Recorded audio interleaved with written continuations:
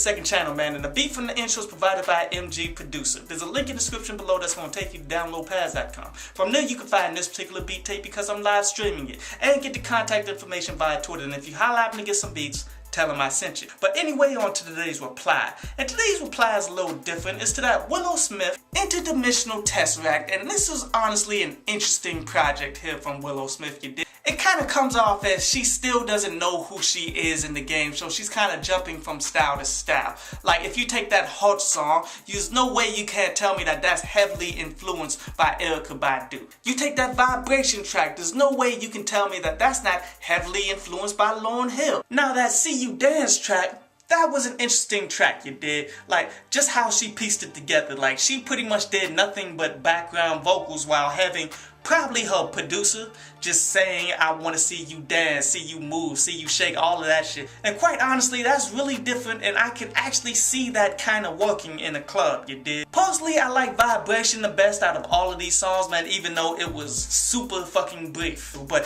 one thing about this though, like, she's well too deep into the game now, with this being like the second project she's dropped. She's way too deep in the game to still not have her own unique sound, to be jumping from sound to sound like this, man. She needs to have her own sound that she can evolve off of. Still, this project was decent. It's barely worth one listen, man, but still, I would say go ahead and peep it on out. But anyway, on to Ask, Download Pads. And Little Quincy says that Sci-Hi the Prince was upset, therefore he made that song that I made a review about earlier, about him not being listed in Elliott Wilson's and Rap Genius's top 10 albums or mixtapes and all of that shit. In which he went through and looked at all of the top lists and such, man, and he saw a lot of comical stuff in there. Pretty much how he saw that the most slept on and underrated album of 2014 was the DJ Mustard Project. And these guys totally just discredit themselves when they put out these lists and shit, man. And what's funny about it is people still gonna go to the websites, people still gonna peep out all of their content, even though it's obvious they don't know what the fuck they're talking about. Like, I would be frustrated too if I was in Sci-Hi the Prince's shoes, man,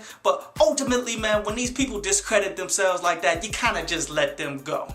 I mean, what value is it to be recognized by people who don't know what the fuck they talking about? And Trilla True asked me, did I see that Kendrick Lamar cooning and shit? And you know what? I did see it, and it broke my damn heart about it, man. Pretty much what Kendrick Lamar came out and said. That same bullshit rhetoric that, what do we expect if we don't respect our own lives? If we always killing each other and we glorifying death and all of that bullshit. And a lot of us want to co-sign this bullshit, man, which you shouldn't. For people to say that we don't value our own lives and shit, that's just fucking stupid. People want to slam hip-hop and shit saying that it's glorifying some shit, but yet you don't really hear nothing about that for those narco corridos though. See, hip-hop is just a scapegoat for these people to justify killing us and getting away with it. And it's a lot like The Godfather, man. Like, if you go back to the movie, the only reason why the Don pretty much came close to death is because the next guy up decided to co-sign somebody that's not within the fucking family. You guys are doing the same exact shit. Co-signing the obviously false rhetoric that these people are using against us will only lead to more death in the fucking streets. But sadly, that's what coons fucking do, you dig? And a lot of people need to stop co-signing what these coons are fucking saying too.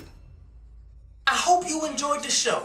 You can follow me at Twitter up there, and you can go to downloadpads.com, that's down there, to read today's article.